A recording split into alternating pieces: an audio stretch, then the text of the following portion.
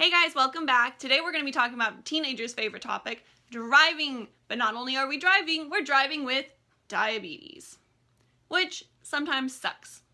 So when I first got my license, my mom made me test before I got in the car, every time I got out of the car to make sure everything was like super fine and dandy.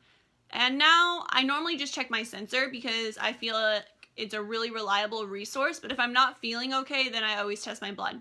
But it's always important to test your blood before you start driving, because if you go low or you get in an accident or something and there's any possible diabetes cause to it, they're gonna blame you, even if it wasn't your fault.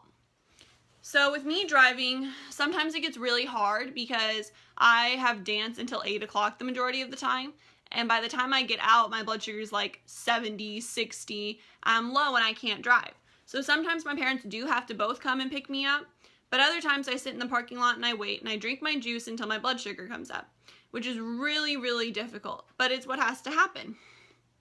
I've only gone low driving once or twice, and I've always just pulled over on the side of the road and drinking a juice or eaten or whatever. Or if I have another person in the car, sometimes we switch places, or we'll just like wait and my blood sugar will come up and then we'll be like, okay, we can continue moving on. And I know it's kind of a pain in the butt and you can be like, well, I'm just gonna like drive anyway. But really, you shouldn't do that because it's not healthy for you or the people around you. And it could cause some serious damage.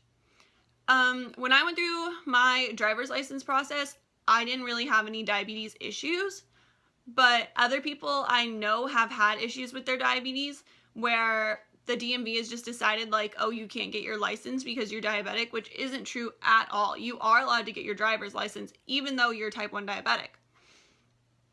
Granted, if you don't tell them and they find out later because you were in an accident, you could get in some serious trouble. So make sure that you don't get in an accident with your diabetes. Now, if you already have your driver's license and you become diabetic, there's nothing you really have to change.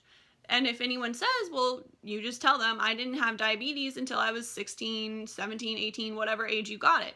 So you don't necessarily have to deal with it while you're going through the process, and even afterward, you don't have to change anything.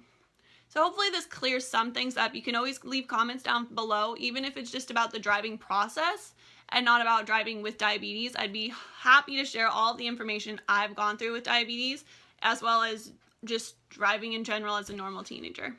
Thanks guys, have a good day.